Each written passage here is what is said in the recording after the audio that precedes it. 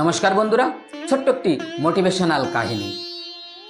একটি পাহাড়ের ধারে ছোট্ট একটি নদী বয়ে চলেছিল। সেই নদীর ভিতরে অনেক পাথর ছিল। সেই পাথরের ভিতরে দুটি পাথর একে অন্যের পাশাপাশি ছিল। সেই দুটি পাথরের ভিতরে একটি পাথর খুব সুন্দর দেখতে ছিল, মসৃণ ছিল, ডিম্বাকৃতির ছিল। সে পাথরটিকে অনেক সুন্দর দেখা যেত। আর তার পাশে যে পাথরটি ছিল, সে পাথরটি অনেক বিশ্রী দেখতে ছিল, ভাঙাচোরা ছিল। তাই একদিন সেই বিশ্রী সেই ভাঙা পাথরটি সেই মসৃণ সুন্দর পাথরটিকে বলল যে, বন্ধু, তুমিও তো ওই উপরের পাহাড় থেকে এই নদীতে এসেছো, আর আমিও এই নদীতে অনেক দিন থেকেই আসি, কিন্তু তুমি আমার থেকে এত সুন্দর কি করে? তোমাকে দেখতে অনেক মসৃণ, অনেক সুন্দর, ডিম্বাকৃতির। একথা শোনার পর সেই সুন্দর পাথরটি বলল, বন্ধু, আমি যে এখানে এসেছি এমনিতেই আসিনি।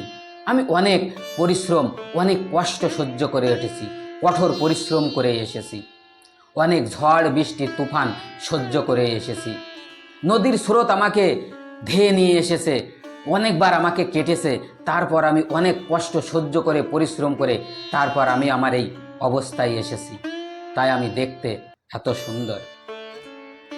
তো বন্ধুরা, এই ছোট্ট কাহিনী আমাদের জীবনে এই মেসেজ দেয় যে আমাদের জীবনেও অনেক সময় আমরা পরিশ্রম ছাড়াই সফলতা পেতে চাই, কিন্তু একটি জিনিসই মনে রাখবেন, পরিশ্রম ছাড়া কখনোই সফলতা আসবে না। ওই পাথরটির মতো আপনিও যদি কঠোর পরিশ্রম করতে পারেন, আপনার লক্ষ্যের দিকে ছুটে চলতে পারেন, একবার না হোক আপনি 10 বার করুন, কিন্তু সেই সফলতা পাওয়ার জন্য আপনাকে অবশ্যই কঠোর পরিশ্রম করতেই হবে, আর তারপর আপনার সফলতা আসবে। তা না হলে আপনি যদি হাতের ওপর হাত দিয়ে বসে থাকেন, তাহলে কখনোই সফলতা আসবে না। তাই সফলতা পাওয়ার জন্য কঠোর পরিশ্রম করুন।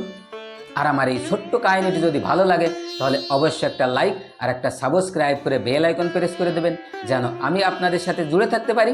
আর আমার এই চ্যানেলে এমন ছোট ছোট অনেক কাহিনী দেখতে পাবেন। আর আমার কাহিনীর ভিতরে যদি কোনো ভুল দেখতে পান, তাহলে অবশ্যই কমেন্টস করে জানাবেন। ধন্যবাদ।